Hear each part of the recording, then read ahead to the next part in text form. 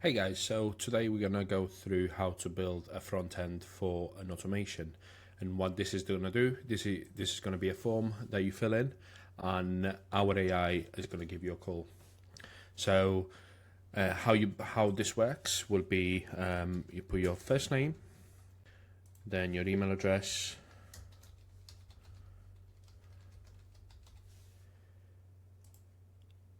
phone number, and lastly a reason for your call. So the reason for my call would be to inquire about services.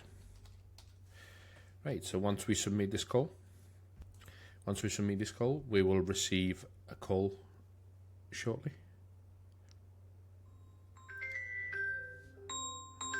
And then... Hey Danny, thank you for taking the time to fill our form. How can I help you today? Hello, I'd like to know more about your services and what you offer. Absolutely. We specialize in AI-driven creative solutions like content creation, branding, and marketing strategies. What are you looking for? More like branding. Perfect. We offer branding services like logo design, brand identity development, and storytelling. Need help with any specific area? Not for now, no. I will call back in the morning. Thank you. You're welcome. We'll be here when you're ready. Have a great evening. You too. Bye-bye. Right, so this is how it works. And now what we're going to do is we are going to actually create it. So to create it, we will start with opening a Lovable website. So on Lovable, this is a web building platform, no code, fully no code. All it takes is maybe one prompt, maybe. I build that website with one prompt, so we can do it with one prompt, but Lovable allows you 5 prompts, so you can actually change things on the website 4 times within a day. So to create a new website, we're going to have to need 4 tools essentially. So one is Lovable, another one is going to be ChatGPT. And I'm going to delete this. So another one is going to be ChatGPT. Another one again is going to be N8N. So N8N, for who doesn't know, it's a workflow pattern. So what this does is it essentially creates automations for you, so you don't have to. And then we need somewhere to store all the information that we get, right? So Airtable would be the one that we'd use. Once we go in Airtable, we'll start with Airtable because it's the easiest. Go and create from scratch. And on here, let me move this right there. So when we create a new table, we're just going to call this contact details and then dash online form. Right, we're going to give it a color. Go for blue. And then the table itself, for now, I usually rename every single thing that I do from start, because you get to a point where you might need to expand on that table, and it's good to just have this this flow of creating things and naming them accordingly. So this is going to be contact details. Okay, so on here, this comes already with all these fields. We're going to delete all the fields we don't need. We're going to delete every single other column, sorry. And then we're going to start from scratch. What I usually do, I create a number. So the first column within the actual unit, this one here, this is actually your main column. It doesn't move, it doesn't do anything. So I never usually put any data within that column. I usually use that column for referencing data. So we'll have the IDs in there. How I do it, however, is by creating IDs and auto number IDs. So what this is essentially is a list of IDs going from 1 to infinite, and they will populate as new data comes in. So this is going to have nothing in here. We're going to actually hide it because we don't need it. We just need it there for reference. And in this field here, we're going to call this CID. So we can call it customer ID. I can't even type customer ID. And then this customer ID is going to be a formula. Essentially, we are concatenating two rows into one. Sorry, a name and a row into one name. So essentially what we're going to do, we're going to call this C for customer, and then we have to put this in quotes. So C for customer plus, and then we're going to call out the row that we just created, which is auto ID. So if you create a field, and then once this is created, what will happen here, as soon as a new row comes in, you will update with customer ID 1, customer ID 2, and so on. Now, next we need to create the information that we actually need. The information that we need in this instance would be a name, will be a single line of text, and we'll crack on the next one. So this is going to be an email address, and then we're going to call it email. The third one is going to be a phone number, and again, phone number. And the fourth one is going to be a reason for the call, which is going to be a text, single line text, reason for call. Right, so once this is created, that's it. That's all we need to do on here. We just need to create all this, so whenever we pull information from the form, it goes into here. Now, next, we're going to have to move to an A10. So we have to create the form that will actually, I'm just going to rename this demo online form. So we're going to have to rename this to be the form that we need. And then on here, we're actually going to use a webhook. So we're going to create a new webhook. Essentially, this will be used by the form to know where to send the information. So this will act as a delivery driver essentially. So this webhook is going to then get all the information that we get from the email or from the form. We're going to put it in Airtable, in the table that we just created, right? So if we go into look for Airtable here, and then we create a new record. So each time someone fills a form, it creates a new record. Now, the Airtable base API here, I have it set up in Airtable. Essentially, it's an API that once you pick it, you create a new credential and you put it in within the credential, and that will give you a connection for any purpose that you need it. Now, on resource is going to be a record operation. There's plenty of operations in here. We're going to create a new record. There's also create or update. Now, I like for every single transaction that I do with APIs, I like to have one fixed transaction, which in this case is create. Once we created that, we go and choose the one that we need, which is the online form. This is the base. So this will be the name of the base up here that we created at the beginning. The next one is going to be the table. So the table that we create is going to be contact details. We only have one, therefore that's what comes up. If you add more, obviously you'd have to choose the right one. And as you see, these names here, these fields, actually match what we have here. So don't worry about these. The auto ID, so any automated number won't appear on here. And then all these names appear in the form, which is absolutely fine. So this is pretty much what we do for Airtable. The next node and the last node that we need is a HTTP request.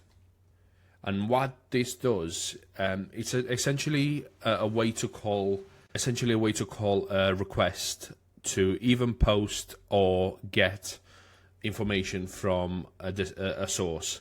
In this case, we're going to post a destination to the source because we're going to tell Retell to actually call us back, right? So on here, we're going to put post. The URL, you can find the URL in the documentation on Retell website, but for ease, I've got all the details to hand. So the URL will be the API retellai.com version 2. Usually on API URLs, you'll see version 2, and then after the version 2, there'll actually be the task that API is using in this instance, in that request form, in the HTTP request. Authentication, again, we can use, some people use none, some people just add headers, and on here you just put your token details. I prefer to, however, use my authentication, and if you click on generic, since we are using a custom authentication, we're going to be using custom auth And on here, I've already got it created, which is this one here. But when I go within it, when I go in here, then on here, you just have to give it a header. So essentially, we are doing this in the background, so we don't have to do it every single time we need to use the node.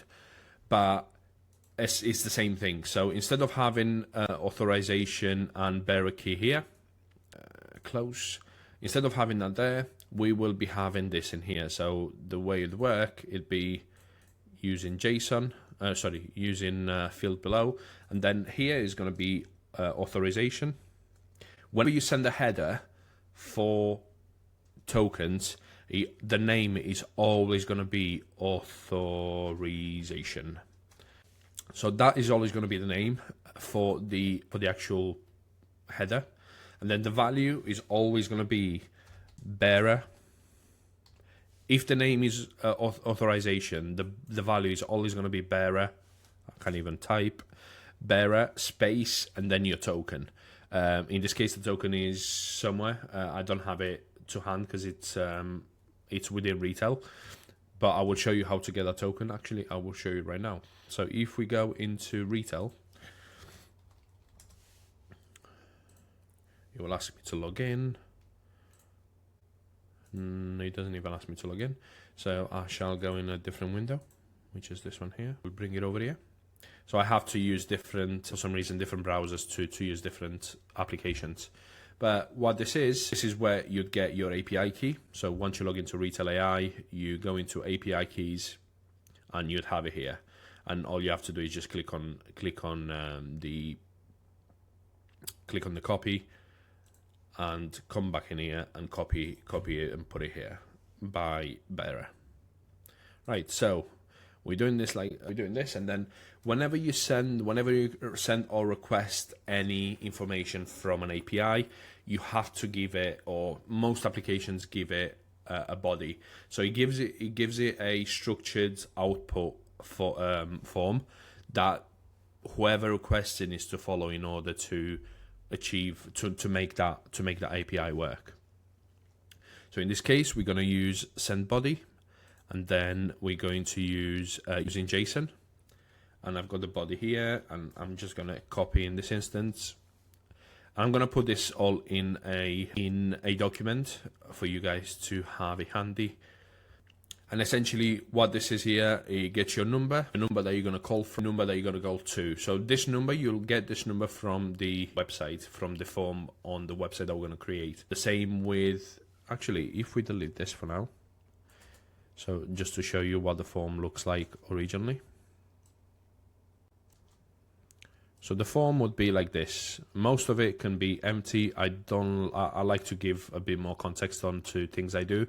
So I keep a bit more information, but the from number, you pick this number up from Retell. So if we go into Retell here, go into phone numbers, and on here, the phone number is here. All you have to do is copy it, and then go back into here and just paste it.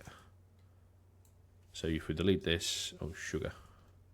If we delete this here, and we add this, we just add it there. So that's the number that we call him from, because it's an outbound call. To number, we're going to sort it later. And then the down here, you'll see an override agent ID. So you have to tell Retell what agent to use, because obviously if you have multiple agents like I do, you will be running out of agents to use. The actual API won't know what agent to use. So I got a list of agents here. What we're going to do, you're going to click on the one that we're going to use now. And then at the top here, you can't see it properly because there you go. So on here, you got agent ID. All we have to do is copy this agent ID and go back and paste in here, which is what I already have. Once we're done with this, we don't need to touch this for a while. So we're going to save it there, save it at the top up here, and turn it on. So essentially, this is what we do with NA10. Now we go to Lovable. So we start building this website. What I built so far is a prompt that you can use, which is this one here. So I'm going to bring it into the picture. So this prompt here, essentially, this is a prompt that you'd have to paste into an LLM for it to prompt Lovable for you. So essentially, you want to use this prompt to create another prompt for Lovable. Usually you have to ask the AI to create this, you have to ask the AI to ask you a series of questions, and then those series of questions will then allow ChatGPT to know what you're doing and how you do it, and how you want the website, how you want the prompt and everything, and it will then build a prompt for you.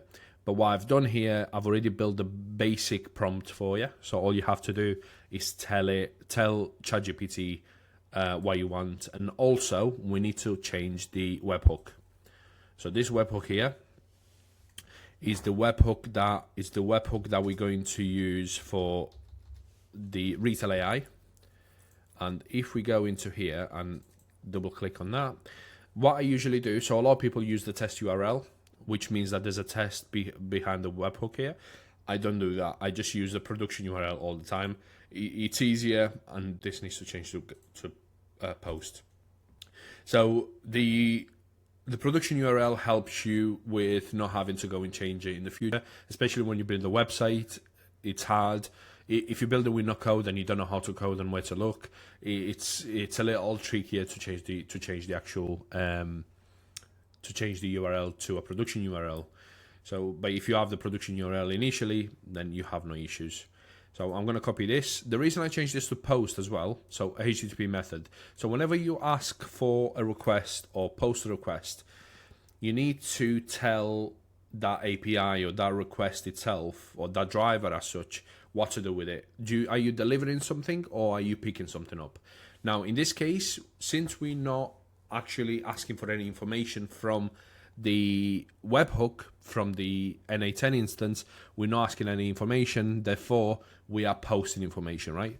So we're telling N8N, use this information to carry on with what you're doing.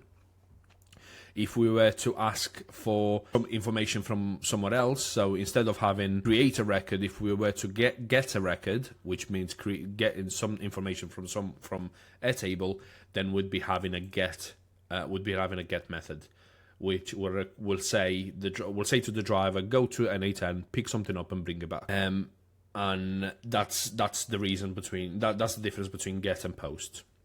There's a bit of a grey area between that as well, because you can use get for posting as well, even if you don't get anything really coming back to the webhook. So yeah, so we copy that URL and we go back into our document and we are pasting the URL within these. Now this is all done. All we have to do now is copy this, go to ChatGPT, paste it in there and press enter. And that's how easy it is to actually build a website, or to build a prompt from a website. The websites are actually easier.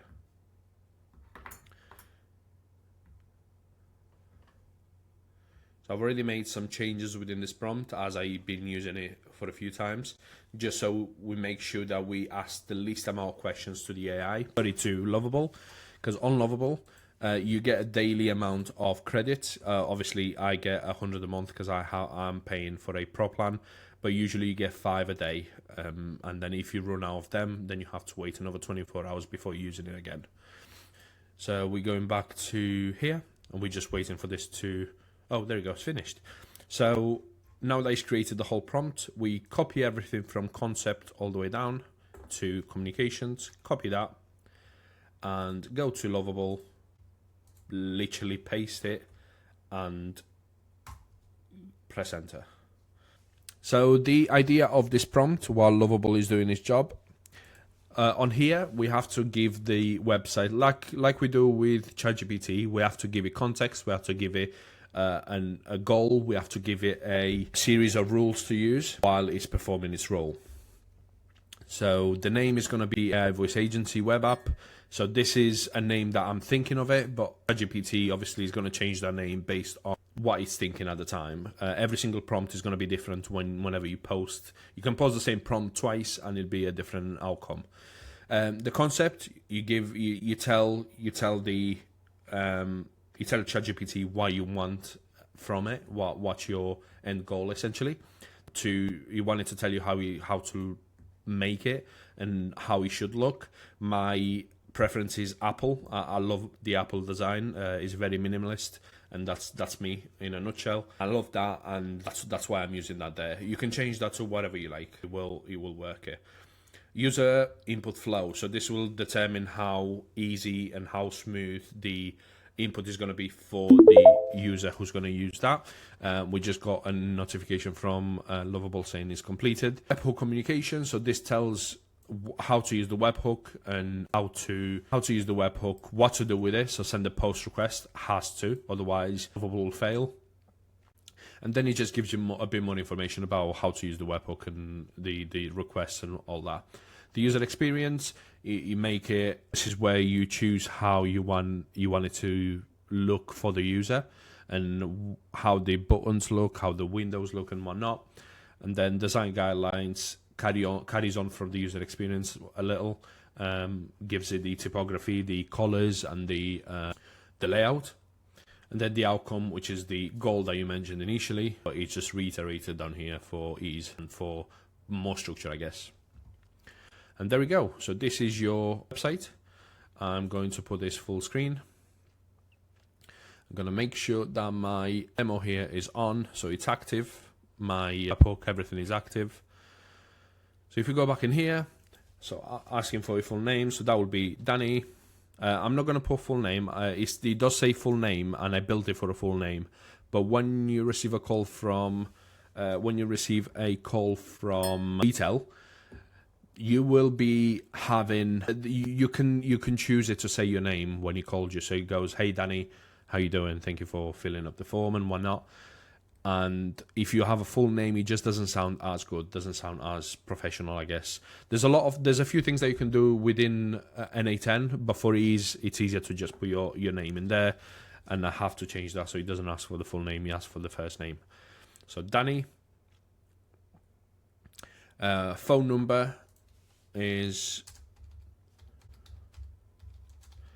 this, your email address. So my email address is danny@hi. Okay, next. And then what's the reason? What's the reason for your call? So I want to know more about your services. So if this works well now, I should be receiving a call very, very shortly. So give my AI call back. So now I'm just waiting again for a call. And as you can see, I'm receiving a call, and then we shall go. So essentially, this is one prompt website. And as we can see in here, all the information gets passed in and everything is dandy. Awesome. I hope this helps, and please shout if you have any questions.